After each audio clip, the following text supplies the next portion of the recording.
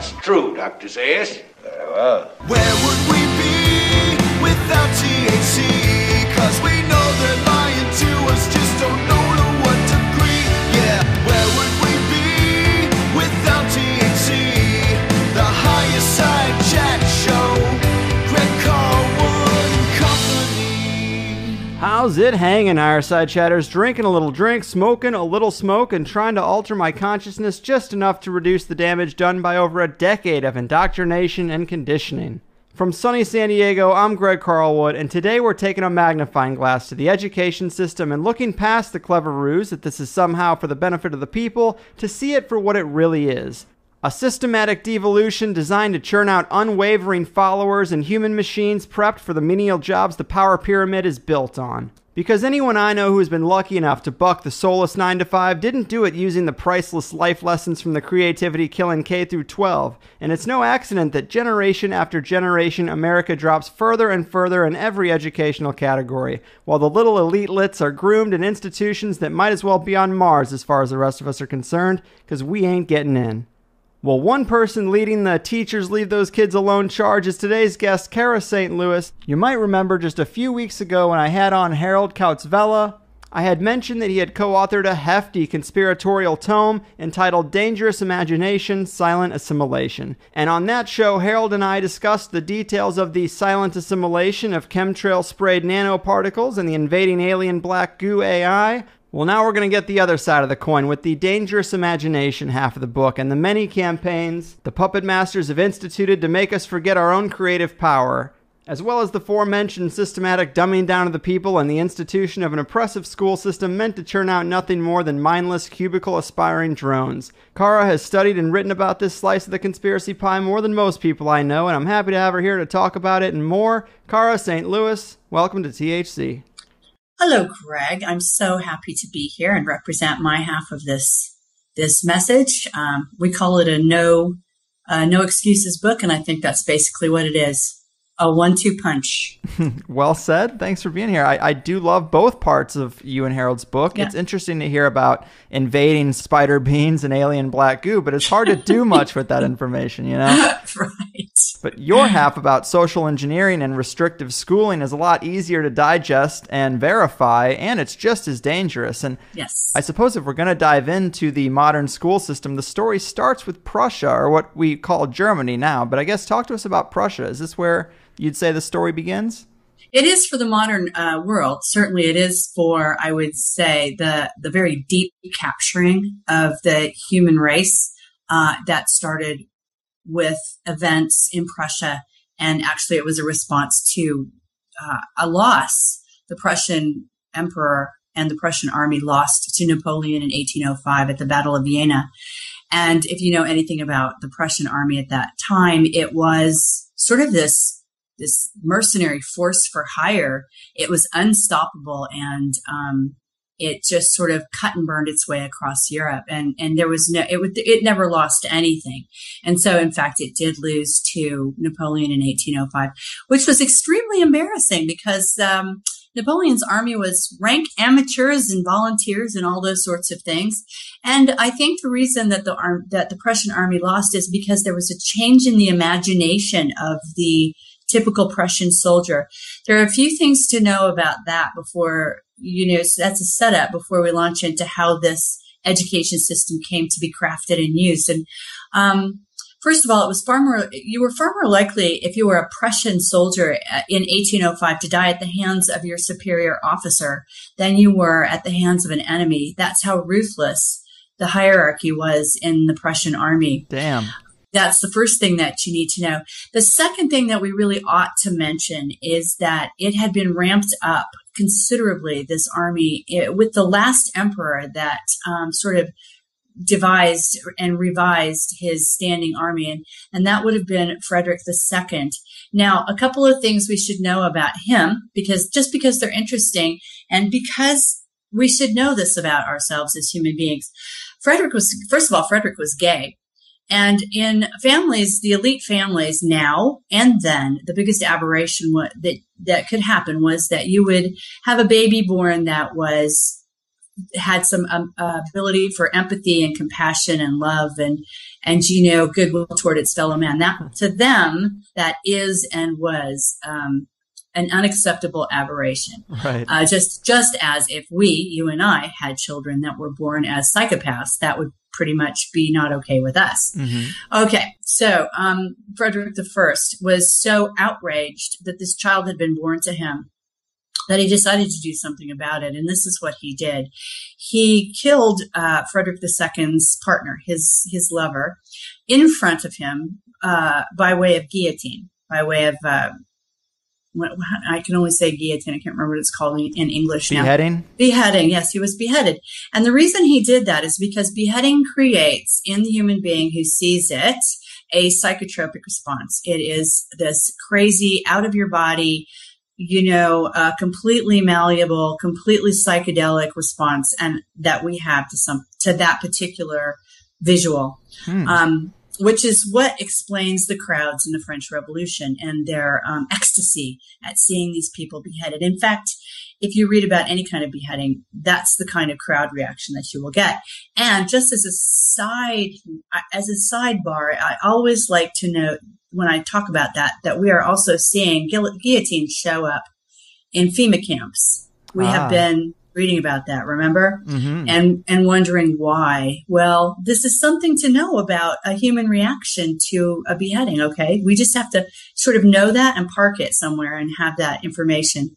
It breaks people. Yes, it breaks people, and it causes this weird euphoria thing, and then this onset of psychosis. Okay, so they would call it psychopathy. So in fact, that did work, and it worked rather well with Frederick II. And in the end, after this had occurred and he had sort of recovered from it, he was worse than any of them, and he took his army and he made it even that much more relentless and unstoppable and vicious and all of those things.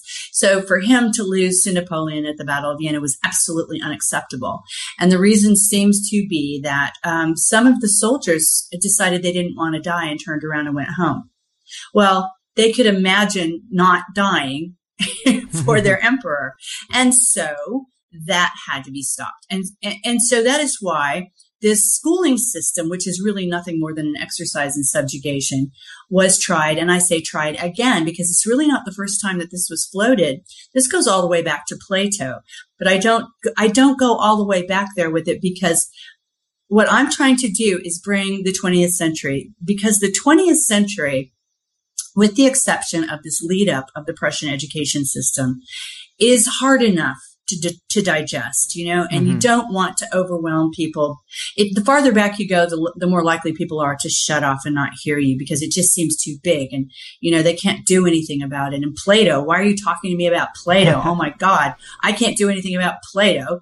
So that's just the wrong tack to take when you're trying to disseminate something very general that people need to know, so that they can do something about their lives. And I will say then that going back to the Prussian education system, an education system was devised then that was meant to create an obedient servant of the state, someone who would die for their country. And frankly, we live in the United States. We have a relationship to that idea, don't we? Mm-hmm. The greatest good is to die for your nation. This is pure Prussian bullshit. Okay. Right. Can I say that on your show? Absolutely. Okay. All right. Because I need to know what my parameters are here. Okay. So, and in fact, that began to be put into use in Prussia in 1818. And that was only going to be a real problem if you happened to be a Prussian, and even then probably if you were a male. So, unfortunately, the French Minister of Education got a look at this, was absolutely elated, and took it back to France. So France, implemented this form of education as well. Now, it ended up in the United States about 1850, right in there. And that is because Horace Mann, who was, by the way, not this great big saint of education that everybody thinks he is, but in fact was an attorney working for the railroad interests, went to Germany, got a whiff of this education system, thought, oh, this is fantastic. My employers are going to love this, because migrants were coming back into the United States who were standing up for their rights. And this is what this is what the industrialists simply could not have. So to have this education system come back into the United States was something that they very much desired. Now, it hit Massachusetts first, all right? And it took forever. It took forever to get a single solitary state to acknowledge or to go ahead and bring this in. And with Massachusetts, it was interesting because in Mass, they formed the very first board of education. It was privately funded by an industrialist. And of course, right? And they presented this idea of mandatory schooling, which we did not have. I mean, we had a very, very literate population. We had a tremendously literate population. Everyone read, and and people don't realize that. They don't know that anymore. Right. People read Spinoza. I mean, we were a literate bunch. We were not illiterate. Just look at the works of that time versus the works of today. That's right. We were not illiterate. However, they wanted to make schooling mandatory. They wanted to warehouse the 95% of us that they felt they needed to, that the 5% felt that they needed to control. So there were two things going on.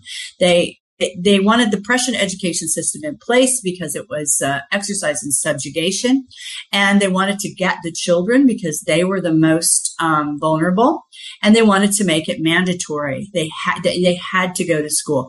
Anyway, the first board of education, the governor of Massachusetts kicked them right out of his office, said, "No, thank you. Here's your money back. We don't want this." But they kept trying, and finally, by one measly vote, and I would love to know who that was. One measly vote, they finally got the Board of Education reinstated in Massachusetts, and they pushed through this mandatory education system. And by the way, those children, the first children who went to school because they had to go to school, were actually marched there by the militia, by the National Guard, because their parents were rioting. Really? Their parents were rioting. They did not want this to happen, and they knew what was going on. They knew what was going on, that their children were being kidnapped, and they suspected there might be I don't know how they put it, but they suspected that there might be some brainwashing involved. That's how we would put it. So yes, the parents were actually rioting. And just like in Selma, Alabama, those children were marched to school. Wow. So it was many, many years. It was like 15 years or something like that before another state finally adopted it. But I will tell you that, it was so successful in terms of what the industrialists and the government were after, that by the time Mao Zedong had just finished his Chinese, revolution, within about 5 minutes of the end of that, the successful completion of that, our friend John Dewey, who was a Fabian socialist running the Department of Education at Columbia University and one of the Frankfurt School, was in China, setting up this education system for them and laying it on a very stunned populace, but absolutely no idea what had just happened to them and what was going to happen. So they got that into China as fast as humanly possible. So you're talking about a period of time between 1850 and 1920. All right. And it's global now. Right. If you need to ask me anything, Greg, just please feel free to interject, because once I start talking about there's lots to say. So, of course, I like to let my guests have as much room as they need because I'm here all the time. But one thing about Prussia that I thought was interesting that I have here in my notes is apparently all the royal houses of Europe are Prussian. Is that true? Yes, that's probably very true. Thomas Sheridan says that that's the case. Most of them are German, and they probably can be traced back to the original Prussian family. So now you're talking about some Prussian history that I find to be tremendously interesting. Right. Germany used to be a collection of tribal, and I don't really want any negative connotations associated with the word tribal. But it used to be 174, something along those lines, tribes, right. Feudal tribes that were doing just fine. If you've been to Germany, you know that it is a bountiful land. It is particularly well suited to support human life naturally. It's why everybody's always after control of Germany. Anyway, there was this collection of folks called the Teutonic Knights, and the Teutonic Knights in about the year 1100, 1000, 1100, right in there. I don't have the dates at my fingertips anymore, but I will be writing about that soon again. So anyway, they were sent from the Middle East. They were sent from the Knights Templar to go back to Germany and form this synthetic concoction that they then called Prussia. So Prussia has been in formation for a very, very long time with a very, very specific purpose. The thing that I think we should bear in mind when we're talking about the Middle East, the Knights Templar, and the Teutonic Knights is that there is some serious evidence from the Gnostic texts that indicate that there was a sort of cosmic infection, archontic infection that landed in the Middle East, which is not to say, this is not a judgment. I have a bit of a cold. You'll have to forgive me, but this is not a judgment about people who were living in the Middle East when this happened. It simply is what seems to have happened. And this, some people say, is what you can trace this psychopathy amongst our rulers back to, is this original infection that began in the Middle East and was spread. So the Teutonic Knights went and unified, for better or for worse, the German tribes that were living probably quite happily, and that became Prussia. And yes, there is a woman that I can't remember her name right now. If it comes to me, I will say it, but I am chasing her like crazy right now. She's a Slav, and she has done a series of, 40 or 50 videos that are all terrific. And it's on YouTube, and it's called New Earth, The Survivors of Atlantis, I think is the first one. New Earth, The Survivors. All right. And she is one of the two people right now whom I find to be extremely credible, who is discussing at a period of time, a period of history, which I think we can all agree right now is complete and utter codswallop. Right. We don't know what happened. We just don't know anymore because it's all lies. However, this woman says 1,000 years was inserted into our history, and that in fact, it's really 1,015. Right. I've heard that. You've heard that. Yes. I believe her too, based on her information. She makes a case over a period of about 40 videos. That's terrific. And I want to get a hold of her and interview her for the revamping of the book that I'm writing right now. But, anyway, yes. So that 1,000 years was inserted to justify the rulership of all of the houses, all of the imperial houses that are in power right now, and that they're all Prussian. And then there's another fellow, a German fellow, who's done apparently impeccable academic work that actually does prove that there were a couple of Jesuits. Oh, there they are again. There were a couple of Jesuits who sat down in about 1400 and rewrote history. Everything from 1400 back is complete and total bullshit. And that in 1400 was the first time anybody used the term AD, Anno Domini. It just doesn't exist before then. So there's all kinds of real, good, solid, traceable evidence that it isn't just that our history has been monkeyed with in terms of, they say the victors rewrite history. I think that's too small a way to describe it. I think that we have been absolutely, completely bollocksed here. But I always say that, I say that now anyway. I mean, Greg, that's one of my things anymore. If you're following the interviews that I've been doing in the last couple of months since Harald and I did the micro conference for Miles in June sometime, I really want us to adopt a position of radical thinking. Radical thinking. Stop believing anything. Just stop believing anything. Question everything. And I mean everything. I go all the way to the question of how is it that life sustains itself, Greg? How is it that human beings sustain themselves? You know what? I think this whole life feeds on life thing is a big con to create suffering, misery, blood sacrifices, and spiritual energy harvesting, one animal to the next. We don't need that. We don't need that to survive. Come on, man. And I think that I know I'm getting a little bit off the track here, and I know you'll pull me back on, but I just want to say while I'm thinking about it that There was a professor at the University of Saarbrücken who proved categorically that when we ingest, we process, that's the best way to put it, we process something like 25,000 units of energy each and every day. Each and every one of us comes into us, through us, and out of us in the form of photons, in the form of light energy. Now, how come? What is that? Obviously, there are people who say the human body is a filter.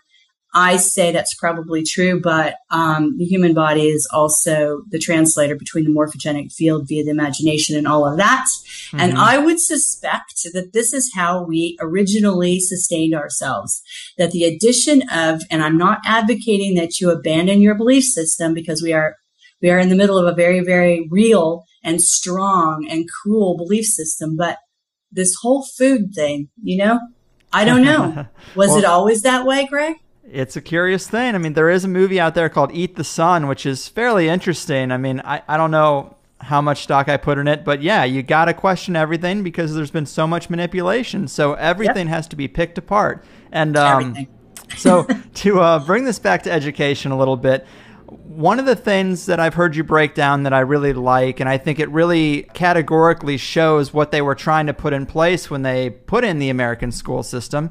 This guy, Professor Alexander Inglis, I guess he wrote in 1918, he wrote a book called Principles of Secondary Education, and he outlined 6 functions. Can you break that down for us? He did. I don't have my book right in front of me, but I will tell you that. Now, let me think about this because... Okay, hold on. I'll take this from my notes, and I'm copying it into the Skype chat, so you will have it.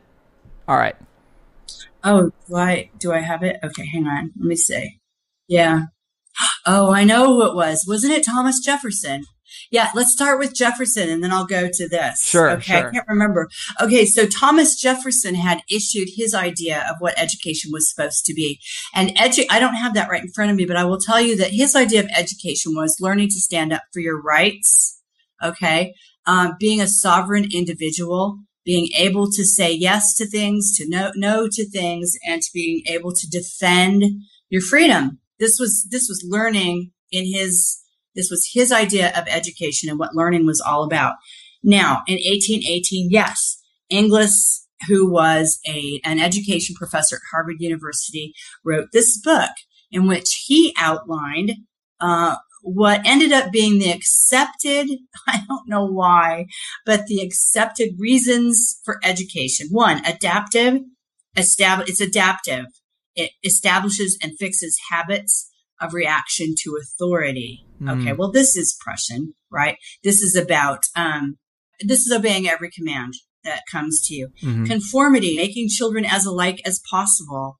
Directive, determining each child's social role. Okay, well, a lot of what's happening with the education system is that it's eugenics. It's also a eugenics experiment. And that was actually emphasized by the Rockefellers in Texas in about 1850, somewhere between 1850 and 1900. They formed a board of education as well, and decided to make education and the schooling system part of a eugenics movement.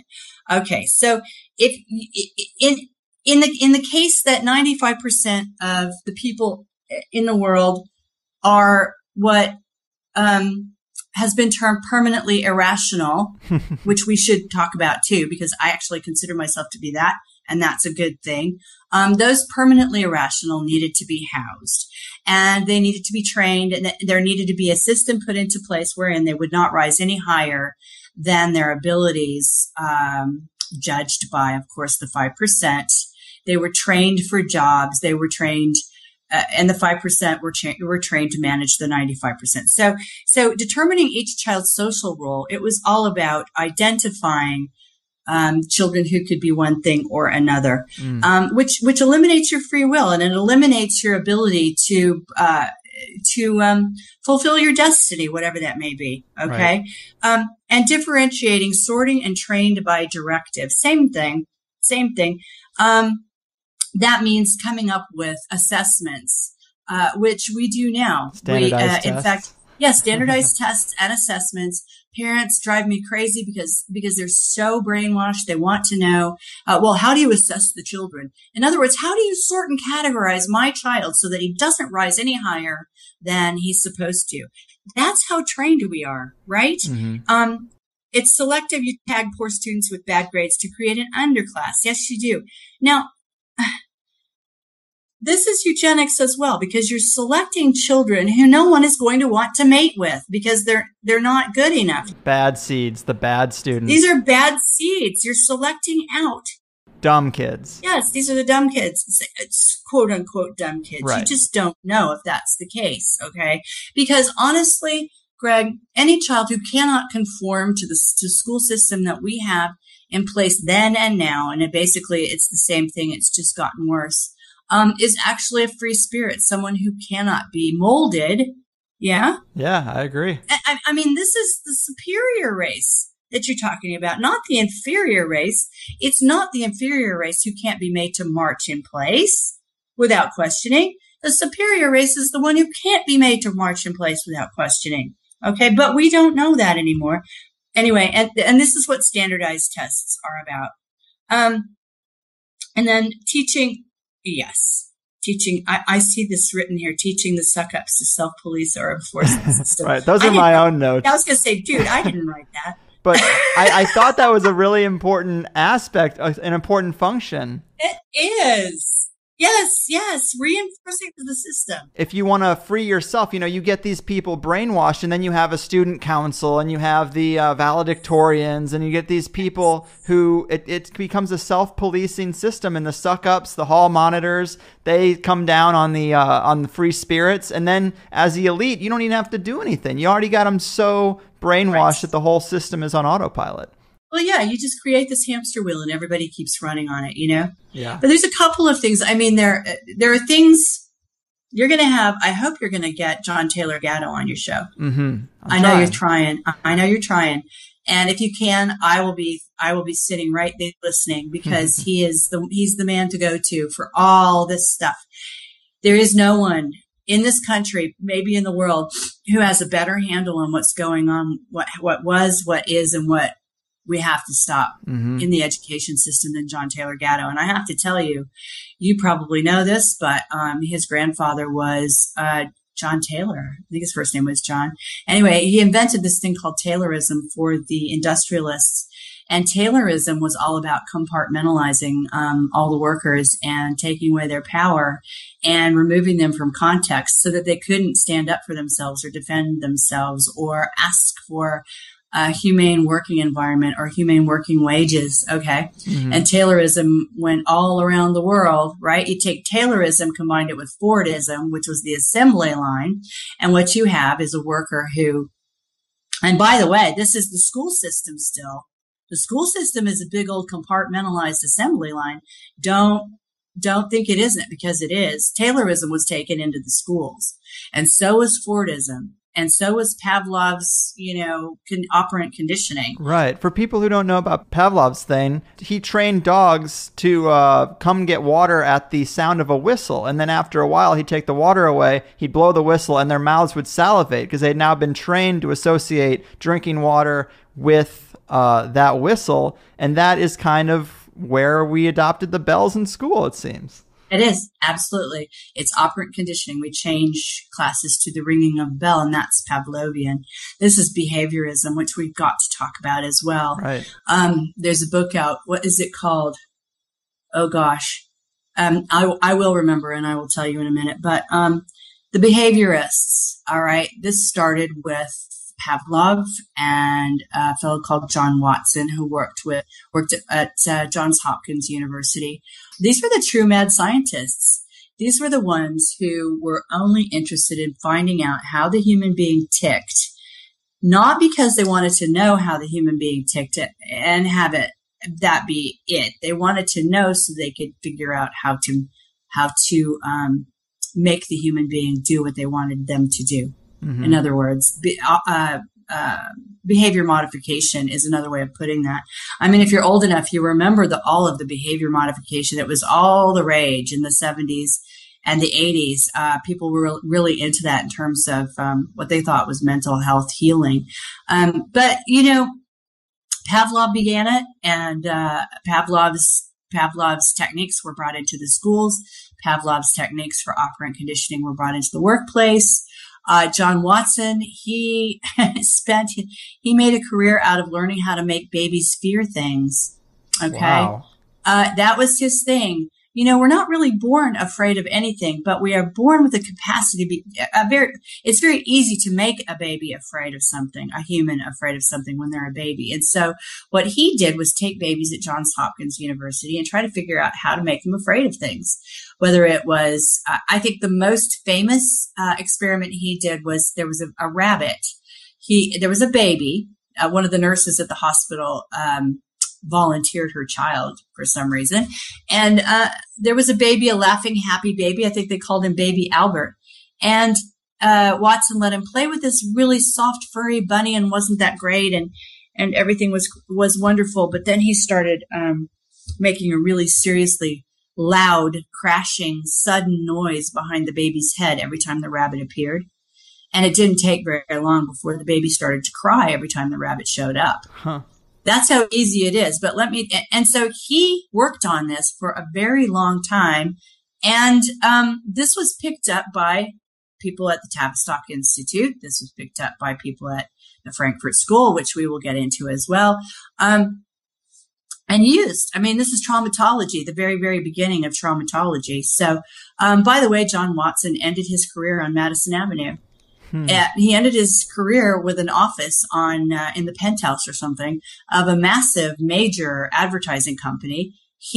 No one knew more about the human being at the point of purchase than John Watson. And he started out by scaring babies at Johns Hopkins University. Wow. Anyway, these are the behaviorists. And then it goes all the way up to B.F. Skinner, B.F. Skinner, by the time we got there, the behaviorists had spent a lot of time defining what it was to be human or to be alive, What is life? What isn't life? Okay. And I believe they took a page from the studies of plants, which are very reactive in terms of turning to the light, turning away from this and towards something good and away from something bad. And I think at the baseline, they decided since humans had that reactive sort of capacity to turn towards something good and away from something bad, that really we had more in common with plants than anything that was living. And by the time we got to B.F. Skinner, we really didn't meet the criteria for life anymore. Wow. This stuff is super fascinating. And one little thing I did get out of your book that I thought was a brilliant point is why in school do we have all the kids get up at the ring of the bell and go from classroom to classroom rather than the teachers? The teachers would be so much more efficient at rotating around the school. And also kids are, they have too much energy. They're not paying attention. They get distracted. It's a pain in the ass to move all the kids from room to room, but they do it because it's hurting kids. It's getting them in a pattern, and it's conditioning. It really is. And it makes so much sense from that standpoint. Right. It is conditioning. It also creates a very controlled and parenthetical attention span. You pay attention from this end of the parentheses to that end of the parentheses. Then there's a ringing of a bell, and you go someplace else.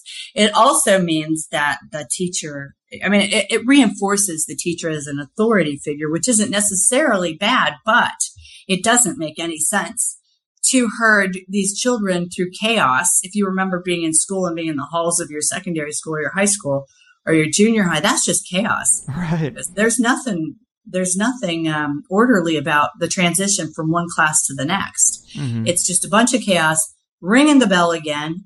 And that's, be quiet now, sit down, listen to the authority, and then ring the bell, get up, play bumper cars in the hallway, go to your next class, ring the bell, sit down. That's just classic operant conditioning. Absolutely. Yeah. And you mentioned Henry Ford, and I do specifically remember learning about the big crowning achievement of Henry Ford with the assembly line in school. And I remember even setting up a mock assembly line in class and being told how great a system it was. And I do remember thinking, this doesn't sound right. Who wants to do this for a living? It's not a great system. And you know what? Henry Ford said flat out, He was not stupid enough to fall for that kind of stuff, but the masses were. Okay. He said he never would have fallen for anything like that, but definitely the masses of the workers would do it. Now we got to a point with John Taylor and Taylorism and the scientific management programs that were invented and put into place, where in fact they could, on the assembly line, monitor the turning of a screw 57 seconds out of every 60 and have that be the goal. Can you imagine? This is for a human being. This is the goal for a human being. Talk about not having any context. And they took the context away from people as a result of an interesting set of folks who were throwing their weight around a little bit and trying to change lives and demand their rights. And it used to be, if you know anybody, I don't know if they have them anymore, but my brother was a machinist. There used to be this wonderful craftsman called a machinist.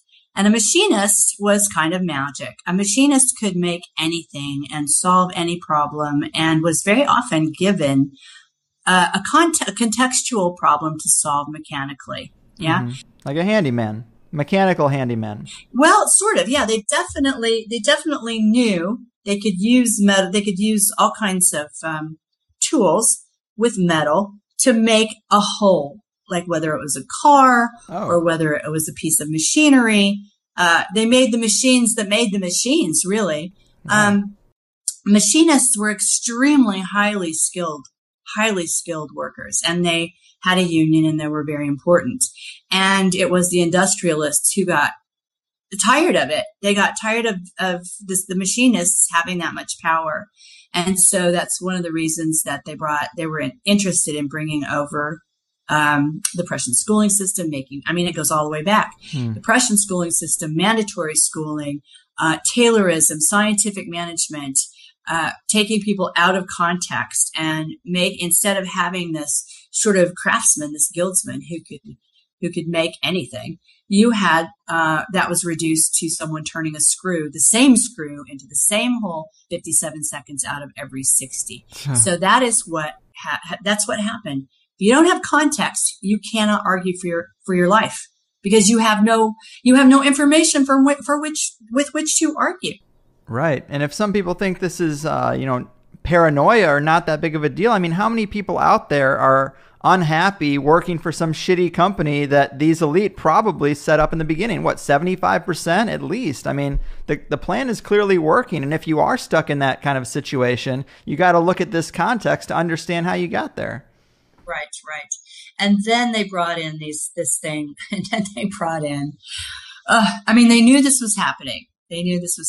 And so they devised a way to give us a perception that we had some control over our lives by forming these groups at workplaces who, it's kind of like the suggestion box, but only sort of on steroids, these groups that would get together and try to address working conditions, but only to a certain extent. And also giving their workers access to mental health care because, you need a shrink if you're trying to get through your life with this kind of a soul robbing, mind robbing job, you end up needing help a lot. This is what the midlife crisis is about. Right. This is why men, and then women as well, but this is why men in particular for a long time at the age of 40, 45, 50, all of a sudden woke up and realized that their life had been stolen from them. And of course they were upset, And we reduce it to something silly and tell them to go buy a motorcycle. Exactly. They had no recourse. They couldn't get their lives back, and they really were too brainwashed to break it down and find out what happened to them, because we are taught that everything that comes our way as we go through the course of our lifetime in the 20th century is the way it's supposed to be. And if we have a problem with that, there's something wrong with us. Right. Only that's breaking down now. That's breaking down rather quickly, I think. It is. So yes, the schooling system is, if you love your children and you can manage it, I recommend to you that you get them out of a government-run school immediately. If you live in a country where you can do that, there are countries now where it's becoming illegal. So you need to watch that in the United States because that's probably coming down the chute. Right now, it's legal. It's very, very legal, really, to homeschool your child in the United States. I've done it myself. I'm lucky. I've got a master's degree in Waldorf education. I have a very alternative training anyway. But if you cannot, in Germany, for example, it is illegal to homeschool your child. If you try it, your child will be put into care and you will be arrested. Really? That's how serious they don't want any free thinking anywhere in the world if they can shut it down. And homeschooling is one of the best ways to do that. If you cannot do anything about homeschooling, if that's just not within the realm of what's possible for you, there are alternative types of schools. And I don't necessarily mean charter schools the kind of schools that are just sort of taking the government, model and putting it in a different kind of school. Cause it's the government model. That's the problem, guys. It's not, it's not, don't think, be very, very careful. Yeah. It's, if you can find a Waldorf school in the United States, even a Montessori school, these alternative pedagogies, these alternative paradigms, please check them out. Anything that focuses on the imagination, which is our primary tool. I mean, if we can imagine something different because we are that powerful, we can make it happen. So breaking down the imagination, relegating it to the lowest class status that there is. Oh, that's only your imagination. Oh, come on. Right. That was another thing that was done to us. The schooling system that was set up that we end up in now was meant to divide one hemisphere from the other. That's not natural that our left and right hemispheres don't talk to each other, folks. It's not. But if you sever those capacities because one side is analytical and one side is imaginative, then you have far less access to your imagination, meaning you have far less access to your strength and your power. I did find that really interesting in your book too, because we are told we are either a left brain person or a right brain person, and there's very little talk about crossover whatsoever. And I think that that is a pretty important point. We should be whole-brained people instead of compartmentalized like they want us to be. It's nonsense. It's absolute nonsense. That is a manufactured division that your right brain and your left brain should be talking to each other. That's what's natural. How could it be any other way if you think about it? Right. How in the world could it be any other way? But they've got us in a situation where they train us to dismiss everything that has to do with our imagination. Now, I will say, while we're talking about the imagination, because this is one of my prime theses, and that is that the imagination is everything for us. It is our power, and it is what is so dangerous to those who would be co-creators on this planet, but cannot because they don't have an imagination or a heart space or any of that. My premise, and I believe this with all my heart, is that human beings translate what's in the morphogenic field, which is the stuff of materiality, the working material, the clay, if you will. Anyway, we translate that via the mechanism of our imagination, and we manifest what's material on this planet. It's kind of an organic hologram, if you will. I for a long time, I didn't want to use the word hologram. I didn't like it. But we do know that what we manifest isn't permanent. But what it is it's enlivened. Okay. We enliven it. We give it life. That's how important you are out there. Okay. You need to understand that, wake up to that fact. And the way we do that is via our poor, stifled, shut down imaginations. Okay. Yeah. So you have to understand how important your imagination is and really get to know it and love it and realize it's working all the time anyway. They can't really stop it. Yeah, I think that part is really interesting as well. It's like kind of what occultists today are talking about, which of course are a huge minority, but it seems like if there was once a time where we were very in tune with our imagination and our creative power of manifestation, and through these behaviorists and these boards of education and this Prussian system, they've weeded that away from people. It seems like in the modern day, that's what these occultists are talking about. They're preserving that tradition in the underground to some extent. Yeah. Yeah, but you can do it too. You can do it too. Absolutely. They're saving that for themselves and telling us that, that our imaginations are silly, but, and that our imaginations are nothing. But you know what? They're not nothing. They're everything. They're everything. And each and every one of us has a mighty, mighty imagination. Why do you think they want to get to the children about age 3? I mean, there's a lot of reasons for that. But one of the reasons is that we are still imaginative. I mean, we still are completely directly linked to our imaginations, to that capacity, to that power. Mm-hmm. Okay. They want to get us younger. And by the way, hook us into computers, because doesn't that separate us from our imagination? It makes us very, very passive, makes us rely on the computer to create things, when in fact the computer is simply a dim replica of something that we can already do. There is nothing, I mean this with all my heart, there is nothing technical out there, nothing that a human being, can't already do. But there's an artificial intelligence. Does this sound familiar? There's an artificial intelligence that would like to be a co-creator. And anytime you find a synthetic fake biology, like a computer or a clone or something along those lines, then you're talking about something that has no life. Okay. This is something that a human being can already do. All right. We don't believe that about ourselves anymore. We've been taught not to believe it. Right. This is actually something that one of my professors in teacher training taught me, that the computer is simply a dim, and even as powerful as you think it is, it's still a dim replica of the human brain. We can already do this stuff. Mm-hmm. We don't even need telephones. We don't. I mean, that is interesting. And like you said, a lot of people don't believe this about themselves. So for people who are in denial or are skeptical about the power of this imagination, how can we strengthen or regain the manifestation ability? Yeah. Well, okay. You just said it yourself. We're always manifesting. That's a tough one. Because you really have to give yourself permission to accept the mighty power that you have, right? I think that the baby steps are the only way to go. The first thing you should do is get yourself and your children away from Okay. First of all, you have to get yourself away from the things that are distracting you and keeping you vibrating on a frequency that's unnatural. Okay.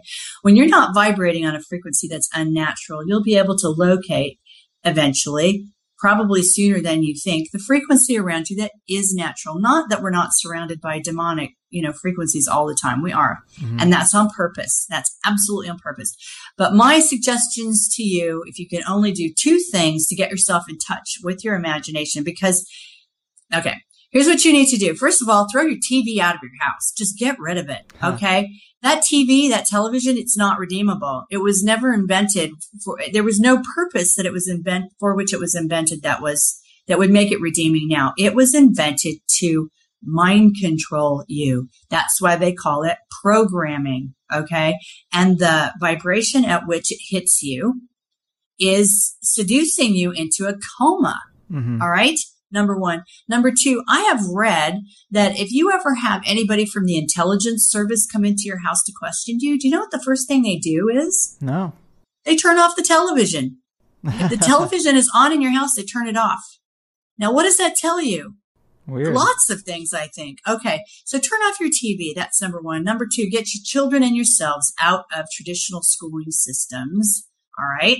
Those are the 2 first things that you need to do. That will clear a lot of space for you to hear what's going on inside your head. And all of us are familiar with this self-talk that goes on. All right. That's you talking to your higher self, talking to your material self. That happens all the time. Start listening to that. Okay. So those are the things that I would do to begin with. And I think if you start to pay attention to what's going on around you and you start to practice this, believe that you can create something material. We all have these experiences if we're paying attention where we think about something and then there it is. Right. Mm-hmm. We call these things accidents, coincidences. They're not. That's your power. You do this stuff all the time.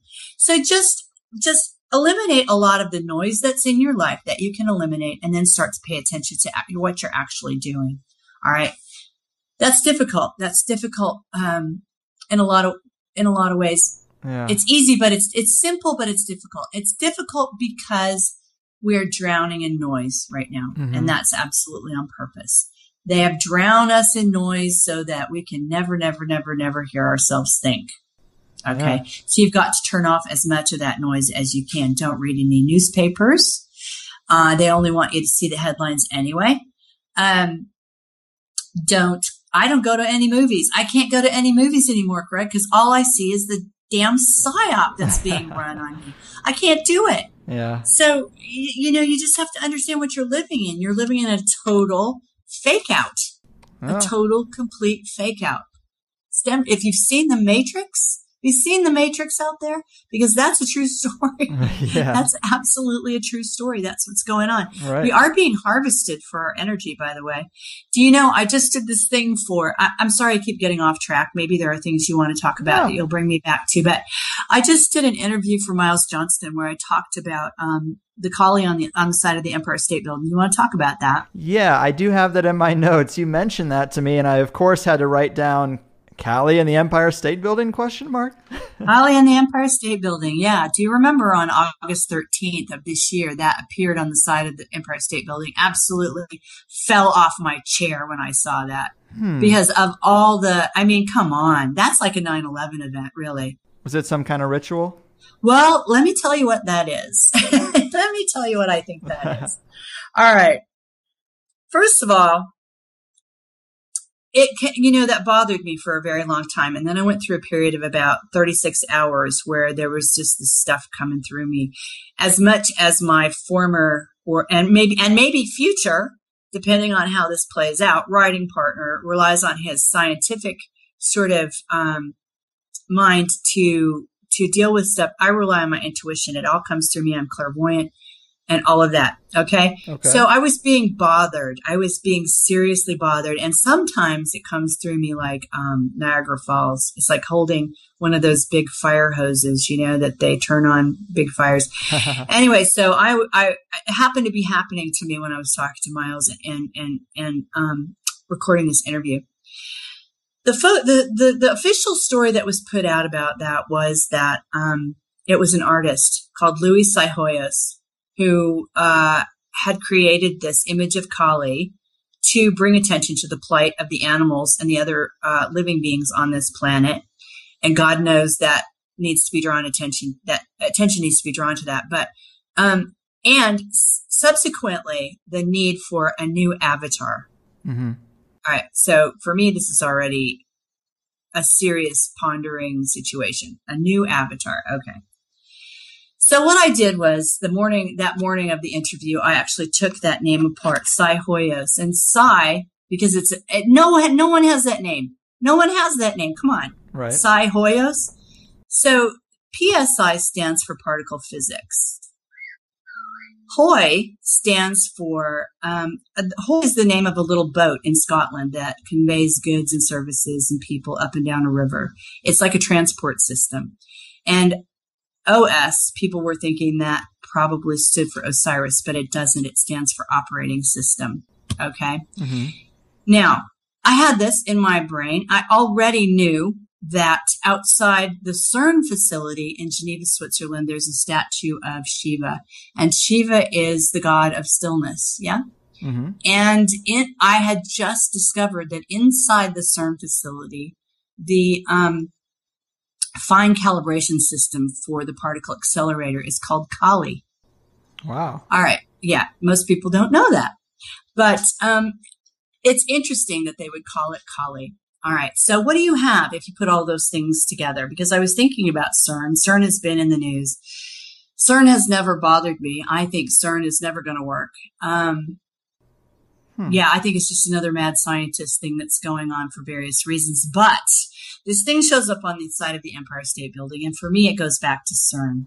Okay. Mm-hmm. And it goes back to CERN because if you take that guy's name apart, it's particle physics being conveyed via an operating system. Okay. And you've got Kali and Shiva out, literally in the CERN facility. Okay.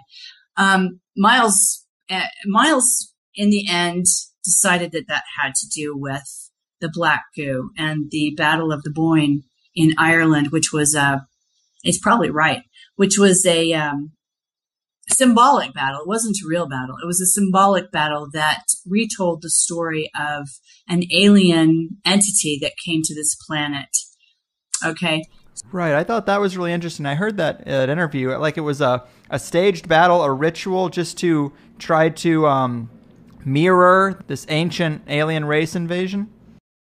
Yes, that's what it was. And so we end up with Kali on the side of the Empire State Building and a message that has to do with CERN. And so I've been spending time trying to figure that out. What does that have to do? Because obviously this is about a marriage between the gesture of Kali and the gesture of Shiva and the blending of movement. She's the goddess of time. She's the goddess of movement. She's the goddess of destruction. She's the goddess of lots and lots of things, not just destruction. This is a very powerful entity, a very powerful metaphor, if you will. And Shiva is all about stillness. And so if you combine movement and stillness, I think this is a signal, a metaphor, a message to everyone that what they're after is the singularity. They're after breaking through to where they can manipulate light. Because if you saw that interview, I'm sure I was doing a better job during that interview, but light has no charge. Light has perfect symmetry. Okay. Mm-hmm. Material things have charges. They're not symmetrical. They're positive. They're negative. But light, which by the way goes through our bodies in the form of photons and then out into the material world, once it's broken, if you will, that's the best way I can think of to describe it. It takes on a charge. It becomes a material thing. So you see, for me, when I think about those two things side by side, I see us allowing photons to come through our body from probably the morphogenic field, and creating materiality via the imagination. This is how we create. To me, I just described to you how we create the material world around us. Mm-hmm. By talking about the light that comes through us, takes on a charge and becomes the material world around us. Now you're talking about CERN, Kali, and Shiva combining to become the singularity, to get to the point where they can manipulate light and become co-creators. So those two things went side by side for me. Anyway, yes, I digress from education, but that's what it was. That's what it was. That's interesting. Yeah. Makes sense. So, so we've got about, I don't know, what have we got, about 10 minutes. So let me talk briefly about the situation that we're finding ourselves in right now, because I want to, Just to preface a little bit, I mean, I guess we're going to talk about Harald. Yeah, we are. And I just had him on a couple weeks ago for the listeners. I'm sure you remember. I think he does great work, but now this new direction he's gone in, saying that it's all going to be okay and will be saved by higher beings. I don't think you share these thoughts, right? No, I don't. In fact, it was your interview that I listened to that made the top of my head blow off, really, in terms of what in the world is going on with Harald. And then at the end of the interview, when you said, wow, that's kind of could go either way, but I guess we'll have to take Harald at his word. I mean, it was obvious that he had said some things that were dangerous, really, that were unnerving, that were red flags, that were just not okay. He did not warn me that he was going to do this kind of stuff. He just did it. And I really think, well, there's a couple things going on. The reason that this happened is global. Harald in his mind, however much of his mind is actually still being controlled by Harald, which I, at this point, don't think is a lot. Probably didn't realize that, it was he doesn't realize, information is very global and instant. I know that he put out Okay, here's how I started to find out about it. I listened to your interview, and then it was that day or the next day, I got a text from Miles Johnston asking if we would be interested in doing some conferences in Ireland. And then the next day, I got another message from Miles saying that Harald had released something in German about the X factor or X stream or X something, X beam. I don't know. It was in German, so I didn't understand it. Well, Wave X. Yeah, he talked about that briefly. Wave X. Yeah. Well, in that particular video, he had really slagged off England and a lot of the people who interviewed him and, just really done some nasty things. Then he translated that into English, but those particular parts, of course, were left out. They're not realizing, of course, that there are many people involved in this movement that speak many languages. So that just wasn't going to stay hidden for very long. And so then the flames started to rise, and the fact of the matter is the man is saying that he's possessed. The man is saying that he's possessed by some entity that he calls the elderer, Now, I don't really care who they are. They're not, we're not looking for a savior. We're not looking for a new avatar.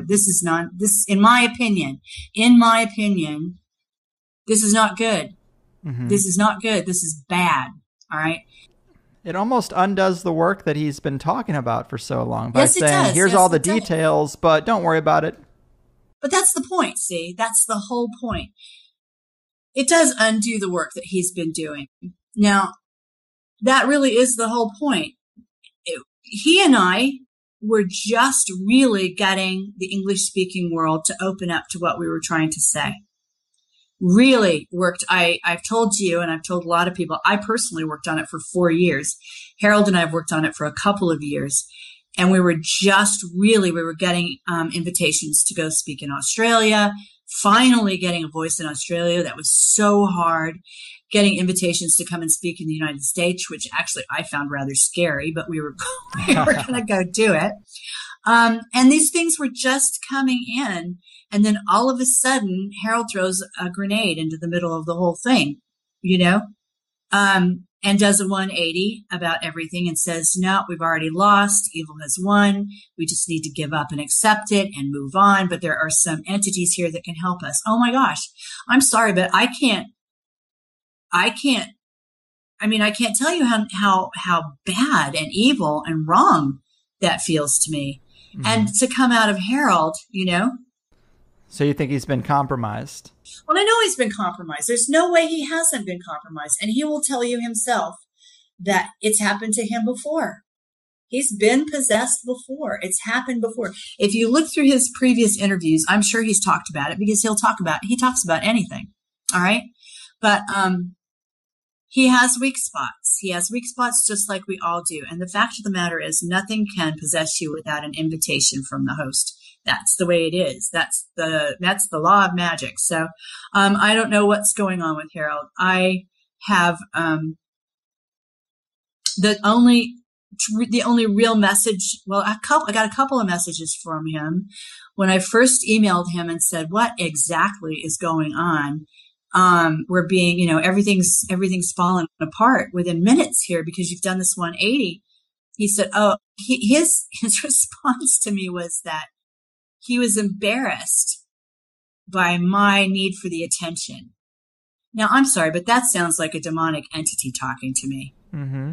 It just does, because it couldn't have been further from what I was trying to find out from him. So I stopped trying to talk to him because that's just nonsense. That's like talking to a demon. Okay.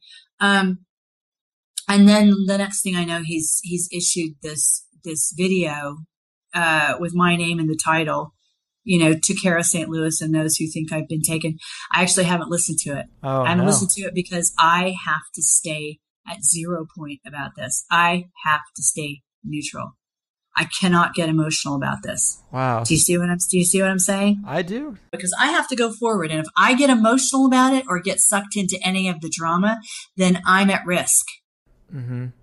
And I can't be at risk. I just have to let it go. Yeah. Now, I did want to talk about it because I wanted people, I am the other half of this. I'm the other half of this writing team that did Dangerous Imagination. And for me, the biggest and most important thing is for people to realize that not only people have given their all for this in many ways. My mom, she's dead. My mom died in a crosswalk so that The Sun Thief could be born. Okay. Which is your other Harold, book? Which is I have 3, but yes, that's people who don't the other know. book. The Sun Thief is about all kinds of things. But, yes, my mother died so that book could be born. Harold, in my opinion, is now a shell with something talking through him. So when I talk about this, I almost feel like someone else has died, so that the reason I wanted Greg to allow me to have this time to talk about this is not because I want any bad things to happen, to Harold or anything else. I think that Harold and I have worked together in many lifetimes. I think sometimes we've been on the same side and sometimes we've been on opposite sides, but we agreed that this message needed to get out, that the time was now, and we needed a no excuses book. And this was gravely, gravely important. So one of my jobs right now is to protect the momentum of Dangerous Imagination, Silent Assimilation, because otherwise everybody has died for nothing. Do you see what I'm saying? Yeah. If this does not go forward into the English speaking world, then all of this will have been in vain. And whatever bit of Harold is left in there, let's do this. Let's just keep the momentum going because, and by the way, Harold is the only one who can save Harold. I can't do it. Nobody can do it but Harold. He's got to do it himself. Mm-hmm. So that's his own personal battle. And he's been through some mighty, mighty battles in this particular incarnation. I know about them. I've been friends with him and we've had, hours and hours and hours and hours of long, deep, personal, esoteric discussions. Mm-hmm. Okay. So I know he's fought some massive fucking dragons. All right. He has. Right. But right now something's got him. So for the rest of us, we need to protect the material that's out there and get it. Keep getting it out there, please. Mm-hmm. It's such a shame that this new direction from Harold has caused such a division for you guys. Well, that's a division amongst the people who are listening to us. Interestingly enough, People are taking sides. Yeah, I kind of know where. I don't want to say I know where Harold's at because there's something in Harold, but it isn't. It's the people who are creating this division and frankly stopping us getting this message into the English speaking world and creating, by the way, another duality. Yeah. Right. Which would be Harold on one side and me on the other is an old trick of the, I'll say Illuminati, really. The Prussian system. This duality. Divide and conquer. This is where evil lives. Divide and conquer. That's right. Divide and conquer. So please, people, don't fall for this. Forget me and Harold. Forget the people who are arguing about this and take a look at the psyop that's being run right now. Mm-hmm. All right. Look at the material. That's to keep it out of the English speaking world and divide and conquer between me and Harold, because we proved to be a pretty powerful duo getting this into the English speaking world. So that's why I wanted to say it to Greg, and I wanted to say it on the same show where the shit hit the fan. Yeah, I appreciate it. I appreciate the clarity, because I did think that was a weird little asterisk on the show we did, that change at the end. And I mean, who am I to say? I'm just some dude with a microphone, but you're a guy, you know what feels right and wrong, though. You know what feels right and wrong. Yeah, it's that savior motif that I'm always skeptical of, that yep. Don't worry, you don't have to do anything. I know it's bad, but just sit there. Don't do anything, because somebody behind the scenes has got it. Yeah, really? Well, behind the scenes, they haven't been doing a very good fucking job for the last couple of centuries. Right. I just spent 2 hours explaining how they've trained us to be passive and powerless. Right. We'll take care of it for you. How is this any different? It's not. Mm-hmm. It's a big old number. Don't let it be run, please. Don't let it be run. And you out there are the only ones who can stop it by not walking into it. Boom. Well said. Well, Cara, very interesting and insightful stuff. That pretty much brings us to the end of the show. Again, the book is Dangerous Imagination, Silent Assimilation. Would you like to remind the people about your other books or any place they can check up on what you're doing? Yeah. I have a magazine online called Vortex. You can get there by going to www.vortexcourage.me. I also have, obviously, an author's page on Facebook. You can go there. I have 3 books out. One is Consolata's Companion, which I thought was fiction. And apparently I was already writing about the Archons back in 2004 and didn't know it. And then I have The Sun Thief. The Sun Thief is a very thinly fictionalized account of the death of my mother, who had a very high security clearance and worked for Operation Paperclip scientists. And my investigation of chemtrails and EMAG weapons and scalar weapons. And I was able to put a character of a pilot in that book.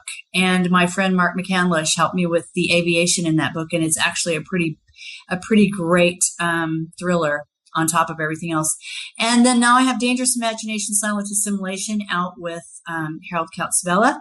And before September 20, people say September 22nd, 2015, pre 9/22, they're okay with Harald. Okay. Now I'm just going to let that be that. And then I have another one I'm working on right now. I've taken my half of the book and I'm expanding it. And it'll be out in about a month, called Dangerous Imagination, Silent Assimilation Workbook. And it's out for pre-order at indie-kitchen.myshopify.com. People are actually already pre-ordering it and the reason they're doing that is because the people who ordered through Shopify, were people who live in Australia, New Zealand, places like that, where Amazon wasn't willing to deliver the paperback, but the line is long. The line is long to get that book through Shopify. So I think people are pre-ordering it, so they'll be first in line. So go ahead and do it if you want to. Nice. Well, right on. Again, thanks so much. I think this has been really fascinating. I think all the stuff about Prussia and the education system and the behaviorists, I mean, that really is the underlying structure that we find ourselves in today. So breaking it down, I mean, it's imperative. So great job on that. And I guess keep fighting the good fight. Thanks so much for being here and take care of yourself out there. Hey, you too, Greg. I'll speak to you soon, yeah? All right. All right. Bye-bye.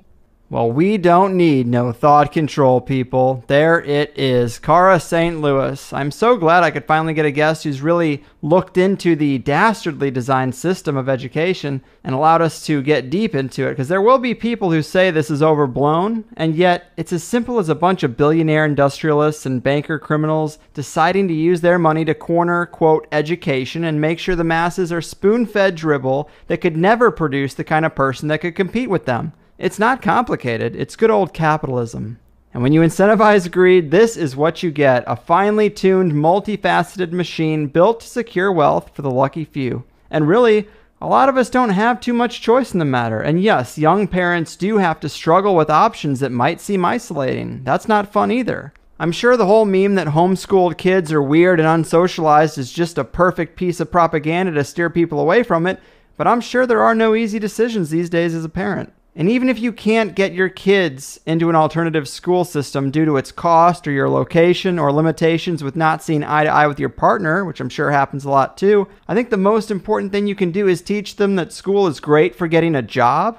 But if you want to do something independent or entrepreneurial or creative, you're going to have to educate yourself too, you know? I talk a lot about being sent to a private Catholic school, and I was lucky because my parents just thought it was better, not really that I needed to be super religious. And when I would get in trouble at school for being rebellious and the school would have these dramatic meetings about how bad a kid I was, my parents just kind of rolled their eyes at a lot of that, and I think that kind of saved me. My group of friends all had parents who knew the school was a little draconian at times, so in some ways we drove the school even more crazy because we knew none of the punishments would ever really make it back home. And for years, everything was fine, and then St. Pius X High School in Festus, Missouri kicked me out on my first day of senior year for being just too rebellious, really. There wasn't one final act that did it. They eventually just said, get out of here. And they can do that. It's a private school, but it sucked. Senior year, I've been in school with a lot of my friends since kindergarten. And to have that ripped away and be thrown into the mix at a public school with a bunch of strangers my last year, it was not an easy transition. But when I got to public school my senior year, wow, was that different. It was a teenage daycare compared to the crazy school I was coming from. I had so many, quote, credits, even with the religion classes not counting, that 4 of my 8 classes senior year were study halls, literally just sitting there. That's public school sometimes, or at least in my experience, just holding you like a job does. I'm so lucky to have made this gig work, and I do get a ton of emails from listeners who have been inspired by watching me do this and a day job for so long, and finally being able to transition to just this. It is a freaking lottery ticket, honestly, it is. I hope more of you take the leap and screw the school system for never giving you the right tools. It's not fair, but you gotta learn to be a self-starter if you aren't. I know some people who have been at the same job for a decade, hating it, saying every day, oh, I'm gonna quit, oh, I'm gonna quit. But never in their life, if you really think about it, has the system forced you to really go out and do something on your own. Yeah, you have to apply for jobs under the pressure, under the economic squeeze that you're a victim to. But once you've got one, it's so easy to get complacent, I know, but it's because they've got you used to hating 8 hours a day since you were in kindergarten.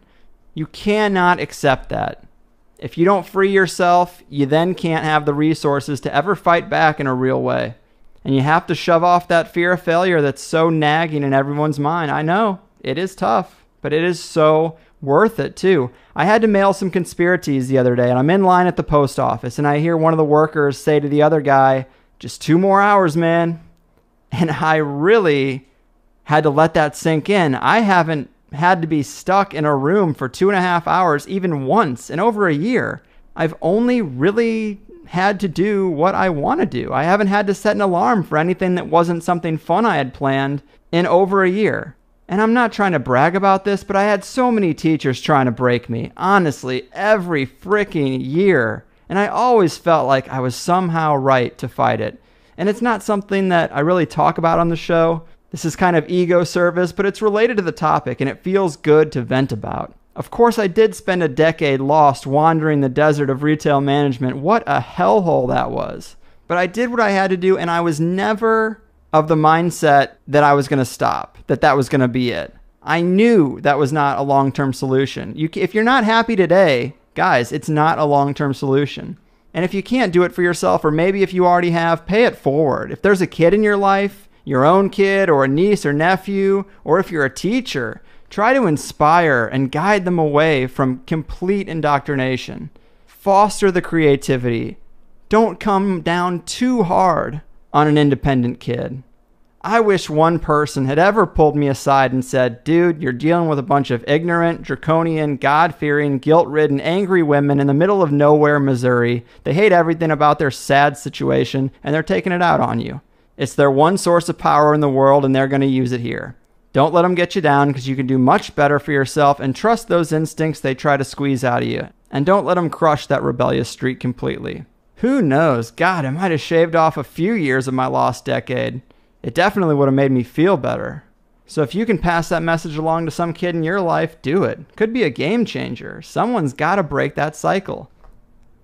But after a great educational dismantling in the first hour, the second one got deeper into traumatology, the Tavistock Institute, the Frankfurt School, the idea of the folk soul, feminism, language manipulation, secrets of the Vatican, the black magic of money, some of the drama behind Veterans Today and the People's Voice Project that fell apart, and finally, Cara's Fae bloodline and her connection to an interdimensional race of beings. Yeah, we covered some interesting ground there for sure, so do sign up if you enjoy the show. The second hour is always a nice addition, and every new member is a big slap in the face of St. Pius X High School in Festus, Missouri, and the witches that tried to make me just another brick in the wall. But get creative, people. The internet has opened the floodgates to independence, and you just need to choose your vessel and set sail, because when you regain control of your day-to-day, every other worry seems a little less important. And I want that for you. But you gotta fight for it, and I hope you do. That's it for me this week. Your move, creativity killers of the world. Your frickin' move. Have a drink and a smoke. Listen to the cast. We shine a shiny spotlight. Put criminals on blast. The pinstripe men of mourning and families of finance. DuPont, Windsor, and Rothschild. The kids don't stand a chance.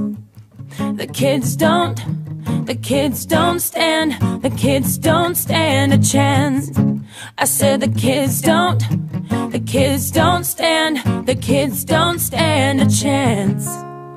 We're looking for the answers to questions never asked. So we come to the Carlwood for the higher side chats. The pinstripe men of mourning and families of finance. DuPont, Windsor, and Rothschild. The kids don't stand a chance. The kids don't stand a chance. I said the kids don't stand a chance.